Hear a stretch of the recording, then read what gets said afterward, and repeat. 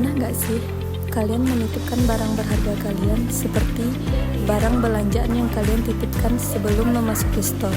Misalnya, kalian harus menitipkan helm ataupun tas kalian sebelum memasuki store tersebut. Dari kegiatan di atas, ternyata itu contoh salah satu kegiatan muamalah loh. Lebih tepatnya akad wadiah. Pasti kalian gak asing dengan kata-kata wadiah kan ya? Yuk, simak selengkapnya.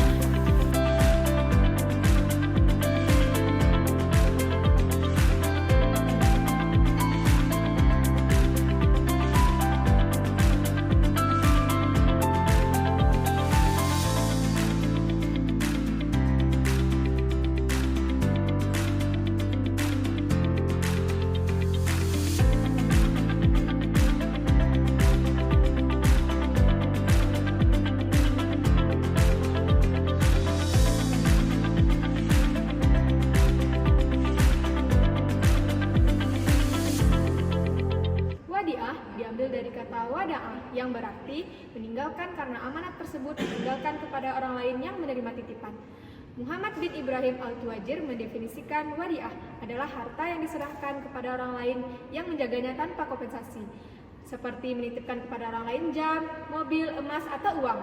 Wadiah adalah akad antara dua orang di mana pihak pertama menyerahkan tugas dan kuasa kedua kepada pihak kedua untuk memelihara barang miliknya. Dasar dari akad wadiah ada dua, yang pertama dari Al-Quran dan yang kedua dari hadis Nabi. Nah, dari Al-Quran ini terdapat pada Quran Surat Al-Baqarah ayat 283 yang artinya, jika kamu dalam perjalanan dan beruamalah tidak secara tunai, sedangkan kamu tidak memperoleh seorang untuk penulis, maka hendaklah ada barang tanggungan yang dipegang oleh yang berpiutang. Akan tetapi, jika sebagian kamu mempercayai sebagian yang lain, maka hendaklah yang dipercaya itu menunaikan amanatnya atau hutangnya, dan hendaklah ia bertakwa kepada Allah Tuhannya.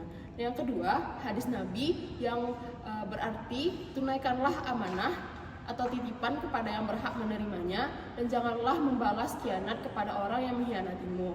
Hadis riwayat Abu Dawud.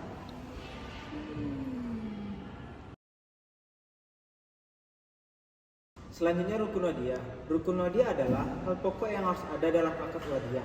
Jika ada salah satu hal pokok tadi yang tidak terpenuhi, maka akad itu menjadi tidak sah. Rukun wadiah ada 4. Yang pertama, orang yang menitipkan yang disebut dengan al-mudi atau al-muwaddi. Yang kedua, ada orang yang dititip yang disebut dengan al-muda atau mustauda. Yang ketiga, ada barang titipan yang disebut dengan wadiah.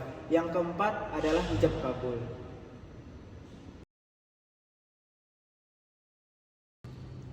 Jenis-jenis wadiah. Yang pertama, wadiah yad al-amanah, yaitu penerima titipan tidak boleh memanfaatkan barang atau uang yang dititipkan.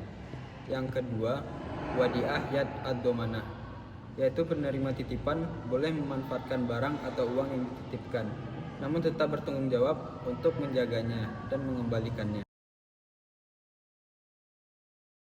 Selanjutnya saya akan menjelaskan tentang jenis barang wadiah. Jenis barang wadiah itu adalah harta dan dokumen penting. Contohnya itu yang pertama ada harta. Contohnya adalah uang. Uang itu untuk disimpan di bank. Selanjutnya ada barang berharga. Contohnya itu seperti perhiasan atau benda-benda berharga lainnya. Selanjutnya itu ada barang bergerak. Contohnya seperti kendaraan. Selanjutnya ada benda yang tak bergerak seperti properti. Selanjutnya saya akan menjelaskan tentang dokumen penting. Yang pertama itu adalah saham atau surat berharga. Yang kedua ada surat perjanjian. Yang ketiga ada sertifikat. Yang keempat ada surat keterangan atau dokumen identitas.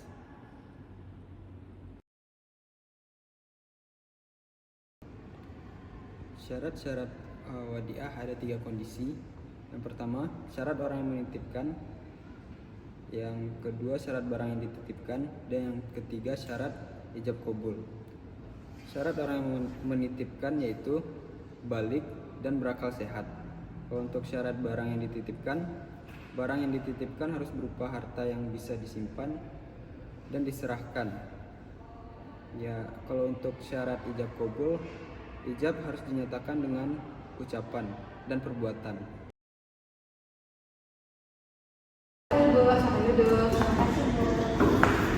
Selamat datang Bu di tempat penitipan barang di Jowo? Ada yang bisa saya bantu?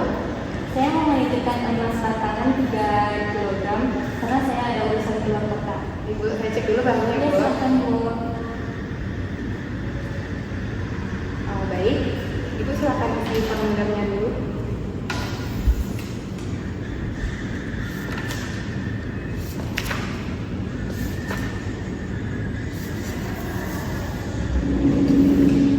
Ibu, atas nama Ibu Catherine Afriadi, jenis barang emas batangan 3 kg, lama penitipan 15 hari. Jadi kami di sini itu bayarnya per hari Bu, dengan biaya 10.000 per hari, jadi totalnya 150.000 Bu. Oke. Pembayarannya via apa saja Bu? Bisa tunai, bisa debit, bisa kredit Bu. Tunai. Saya hitung dulu ya Bu.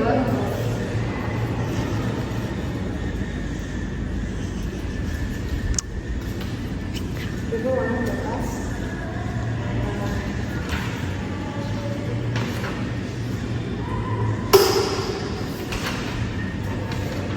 Ibu silakan tanda tangan di sini dulu Bu, terlebih dahulu.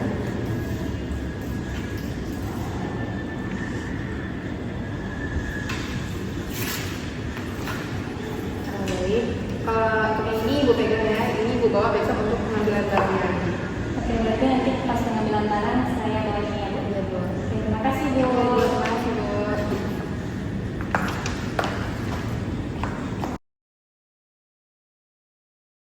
Selamat datang Bu, satu koridor. Iya, makasih Bu. Ada yang bisa saya bantu Bu? 15 hari yang lalu saya menitipkan barang Bu. Hari ini saya mau mengambilnya. Ini notanya. Ibu, saya cek dulu ya Bu.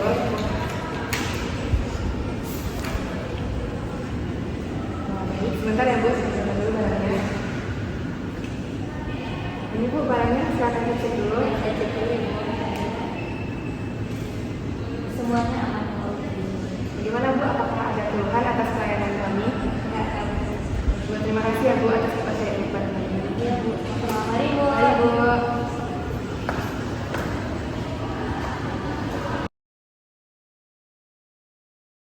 Dari ilustrasi sebelumnya, maka perlakuan akuntansi akad wadiah bagi pihak pembeli barang saat menyerahkan barang. Itu jurnalnya yaitu beban wadiah pada kas sebesar 150.000.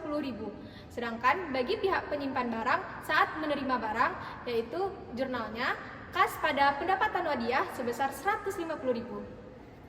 Selanjutnya, perlakuan akuntansi akad wadiah jika biaya penitipan belum dibayar. Bagi pihak pemilik barang, jurnalnya adalah beban wadiah pada utang sebesar 150.000. Sedangkan bagi pihak penyimpan barang, jurnalnya adalah piutang pada pendapatan wadiah sebesar 150.000. Selanjutnya yang terakhir, perlakuan akuntansi akad wadiah bagi pemilik barang saat mengambil barang, jurnalnya adalah utang pada kas sebesar 150.000. Sedangkan bagi pihak penyimpan barang saat menyerahkan barangnya kepada pemilik, jurnalnya adalah kas pada piutang sebesar 150.000.